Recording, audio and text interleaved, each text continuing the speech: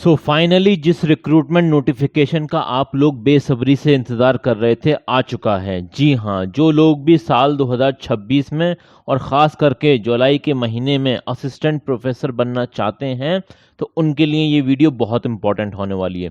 All India से male and female candidate कोई भी अप्लाई कर सकता है और ख़ास करके जो लोग हरियाणा के अंदर असिस्टेंट प्रोफेसर बनने वाले हैं या बनना चाहते हैं उनके लिए ये वीडियो वेरी इंपॉर्टेंट होने वाली है, क्योंकि ऑफिशियल वेबसाइट से हम आपको सारी चीज़ें बताने वाले हैं।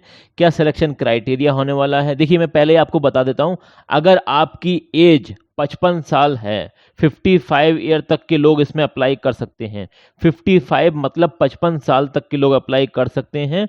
सैलरी जो आपको मिलने वाली है according to the official notification, तो सैलरी आपको मिलेगी 57,700। जी हाँ, 57,700 मतलब 57,700 आपको जो है यहाँ पर सैलरी मिलने वाली है। तो सारी चीज़ें हम ऑफिशियल वेबसाइट से और ऑफिशियल नोटिफिकेशन से ही आपको बताएंगे। लेकिन अभी तक जिन लोगों ने हमारे इस चैनल रोजगार अपडेट विद आदिल खान को सब्सक्राइब नहीं किया है तो प्लीज़ इसे सब्सक्राइब कर लें, क्योंकि यहाँ पर आपको सबसे ज़्यादा ऑथेंटिक इन्फॉर्मेशन मिलती है। तो चलिए देख लेते हैं नोटिफिकेशन और उसमें जो भी इंपॉर्टेंट डिटेल है। देखिए सिलेक्शन का जो क्राइटेरिया है ना वो कंप्लीटली चेंज हो चुका है, उसे समझना आपको बेहद ज़रूरी है। तो पहले सिलेक्शन का क्राइटेरिया समझिए, कितनी वैकेंसी है, सारी चीज़ें हम आपको बताने वाले हैं, कैसे अप्लाई करना है, A to Z कंप्लीट जानकारी आपको मिलने वाली है। तो चलिए सबसे पहले देख लेते हैं सिलेक्शन का क्राइटेरिया क्या है। सिलेक्शन का क्राइटेरिया अगर हम आप बात करें यहाँ पर तो देखिए आपका API score, academic performance indicator जिसे हम बोलते हैं, वो देखा जाएगा। और API स्कोर क्या लिख रखा है, देखिए क्लियरली यहाँ पर लिख रखा है, the academic score as specified in the above mention table shall be considered only for shortlisting. API score का यहाँ पर जो इम्पोर्टेंस है बस इतना है कि यहाँ पर जो आपकी शॉर्टलिस्टिंग होगी वो API स्कोर के माध्यम से होगी। API स्कोर के माध्यम से आपकी शॉर्टलिस्टिंग होने के बाद उसके बाद क्या होगा, डोमेन नॉलेज आपकी चेक की जाएगी, सब्जेक्ट नॉलेज आपकी चेक की जाएगी। 50 नंबर का पेपर आएगा और ये जो पेपर होगा जैसे आपने UGC नेट का एग्जाम दिया था उसी लेवल का पेपर आएगा। सिलेबस भी लगभग सेम रहेगा, वही सिलेबस रहने वाला है। ऑफिशियल वेबसाइट पर आप सिलेबस भी चेक कर लेना, ठीक है ना। और ये रिटन टेस्ट होगा, ये 50 नंबर का होगा, डोमेन नॉलेज चेक होगी इसमें आपकी। उसके बाद टीचिंग स्किल जो आपकी चेक होगी वो 30 नंबर की होने वाली है। To be assist through the PPT presentation, PPT presentation के जरिए, स्लाइड्स के जरिए आपकी जो है पढ़ाने का तरीका चेक हो जाएगा, ठीक है ना। और फिर 20 नंबर का आपका इंटरव्यू होगा। और ये अगर हम देखें तो 50 और 30 कितने हो गए, 80 और 20 ये सब मिलाकर होगा 100। तो कंपोजिट स्कोर आपका कितना होगा, 100 नंबर का होगा। लेकिन इस 100 नंबर के स्कोर से पहले एक आपका API स्कोर भी चेक किया जाएगा, जो कि API स्कोर निकाला जाता है 100 में से। ओके, ये आपको मालूम होना चाहिए। अब ये जो आपका चाहे डोमेन नॉलेज हो या टीचिंग स्किल हो या इंटरव्यू हो या फिर कंपोजिट स्कोर की हम बात करें तो देखिए कंपोजिट स्कोर में कम से कम एटलीस्ट आपको 60% तो लाने पड़ेंगे अगर आप जनरल कैंडिडेट हैं। और अगर आप किसी रिजर्व कैटेगरी से आते हैं तो देखिए अगर आप रिजर्व कैटेगरी से आते हैं तो 57% आपको लाने पड़ेंगे। इस फाइनल कंपोजिट स्कोर की बात मैं कर रहा हूं, ठीक है ना। तो ये कम से कम है, मिनिमम है। अगर बात करें यहां पर API स्कोर कैसे निकाला जाता है तो देखिए API स्कोर का इंपॉर्टेंस है और API स्कोर के जरिए ही आपकी स्क्रीनिंग होने वाली है। तो API स्कोर सही से निकालना और उसे सही से कैलकुलेट करना ये बहुत इंपॉर्टेंट पॉइंट है। और अपना स्कोर कमेंट सेक्शन में ज़रूर से बता देना ताकि मैं आपको राय दे सकूं कि यहाँ पर आपका अप्लाई करना सही भी रहेगा या नहीं रहेगा, ठीक है ना। तो यहाँ पर जो भी स्कोर वगैरह है वो मैं आपको बता देता हूँ। देखिए ग्रेजुएशन की अगर हम बात करें, आपने ग्रेजुएशन कर रखी है, उसमें आपकी परसेंटेज थी 80% थी या उससे ज़्यादा थी तो उसके 15 नंबर आपको मिल जाते हैं। इसी तरीके से अलग अलग परसेंटेज के अलग अलग नंबर आप देख सकते हैं यहाँ पर।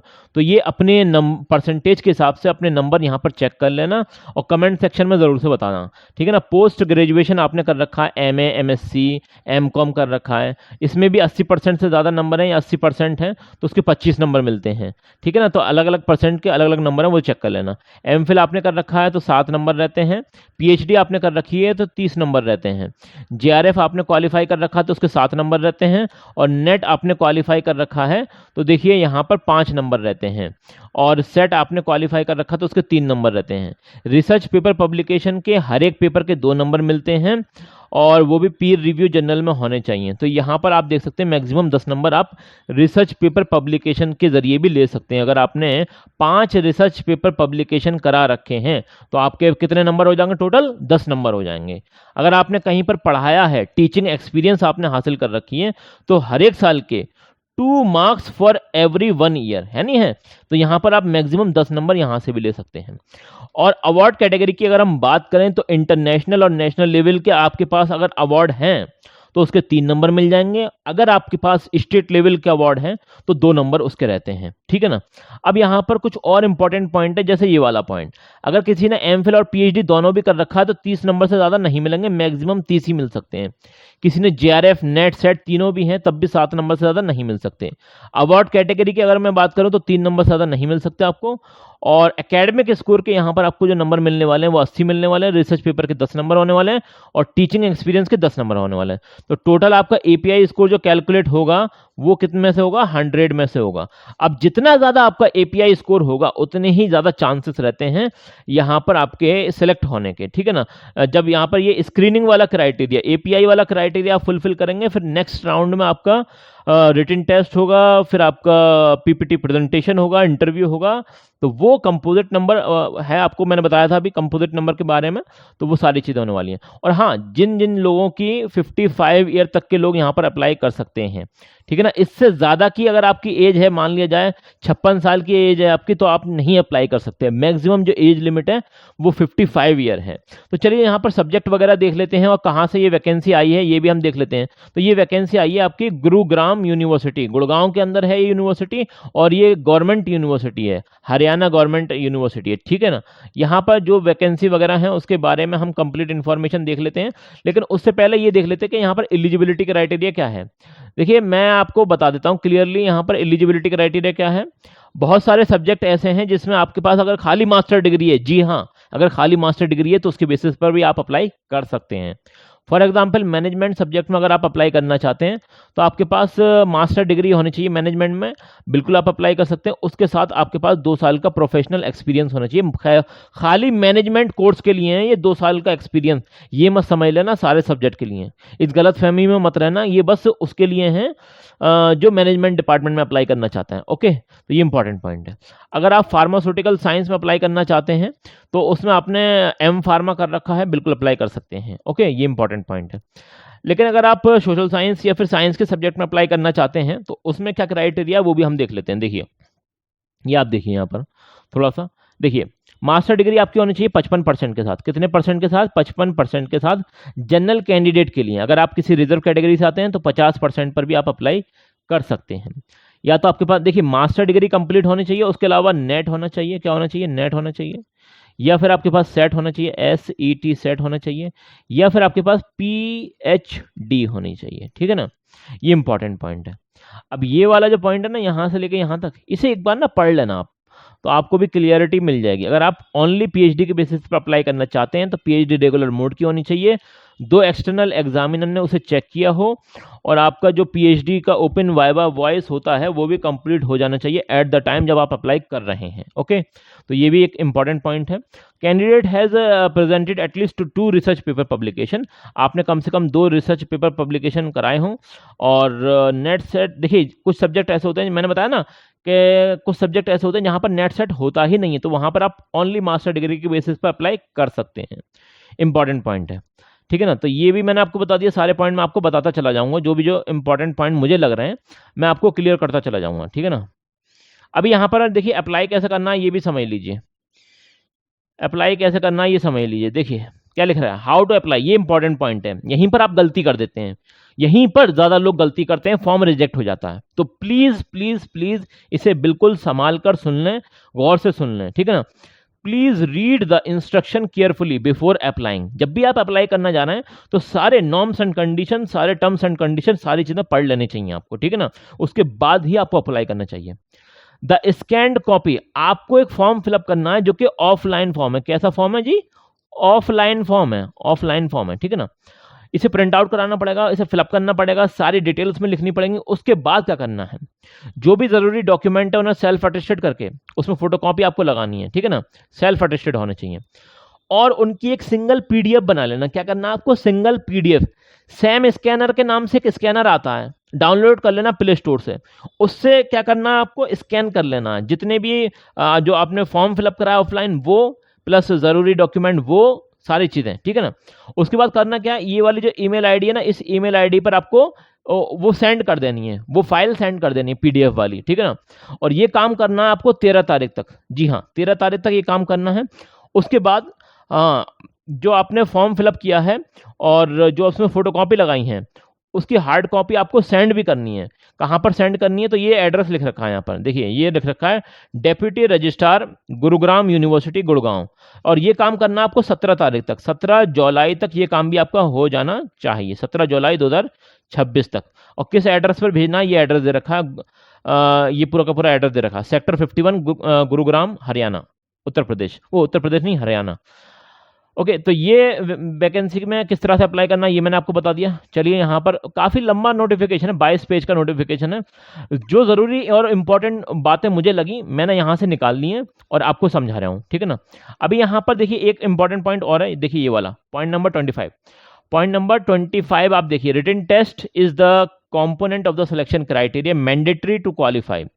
रिटन टेस्ट मैंने आपको बताया था ना 50 नंबर का आएगा, तो वो 50 नंबर का जो आएगा कम से कम मिनिमम उसमें 50% आपके आने चाहिए अगर आप जनरल कैंडिडेट हैं, ठीक है ना। अगर आप किसी रिजर्व कैटेगरी से आते हैं तो 47.5% अगर आप उसमें लेकर आ रहे हैं, जो 50 नंबर का पेपर है, और वो आपका यूजीसी नेट लेवल का होने वाला है, पहले ही मैंने आपको बता दिया था। तो इतना तो काम आपको करना ही करना है, ठीक है ना। रिटन टेस्ट आपको देना पड़ेगा और पीपीटी प्रेजेंटेशन भी होगा, इंटरव्यू भी होगा, उससे पहले आपका एपीआई स्कोर भी चेक हो जाएगा।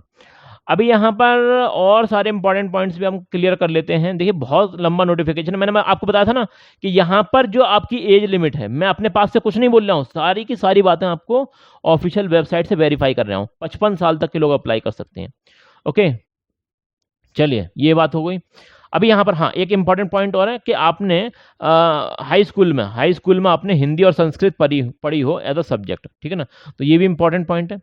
अभी यहाँ पर हाँ डिमांड ड्राफ्ट आपको बनवाना पड़ेगा। जी हाँ, डिमांड ड्राफ्ट आपको बनवाना पड़ेगा in favour of the Gurugram university, क्योंकि यहाँ पर एप्लीकेशन फ़ीस लगने वाली है।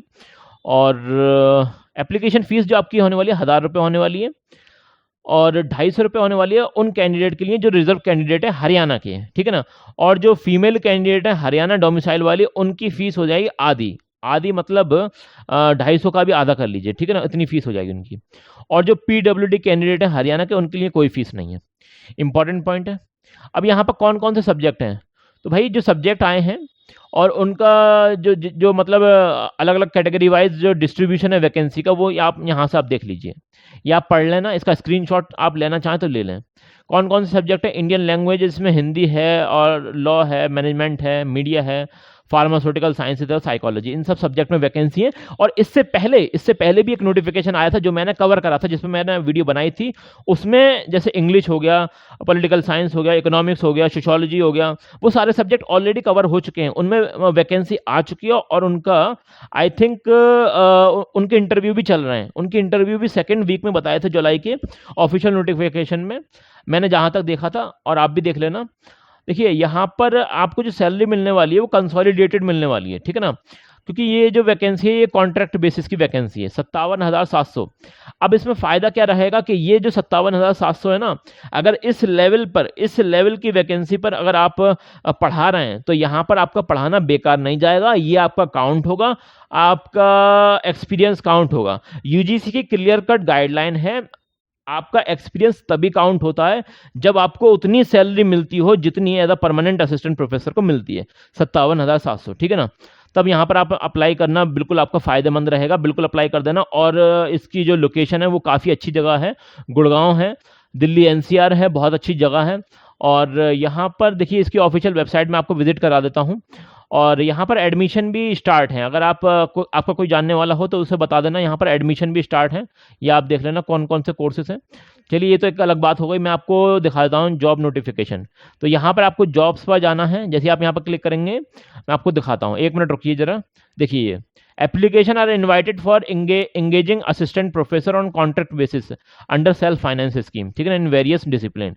यहाँ से आपको डाउनलोड कर लेना है और ये रिटन सिलेबस भी आप ये आपको जो सिलेबस है ना, रिटन सिलेबस, वो आपको यहाँ से मिल जाएगा, ठीक है ना, ये भी आप डाउनलोड कर लेना। This video is for education purposes only. Always verify details on official websites. This video is for education purposes only. Always verify details on official websites.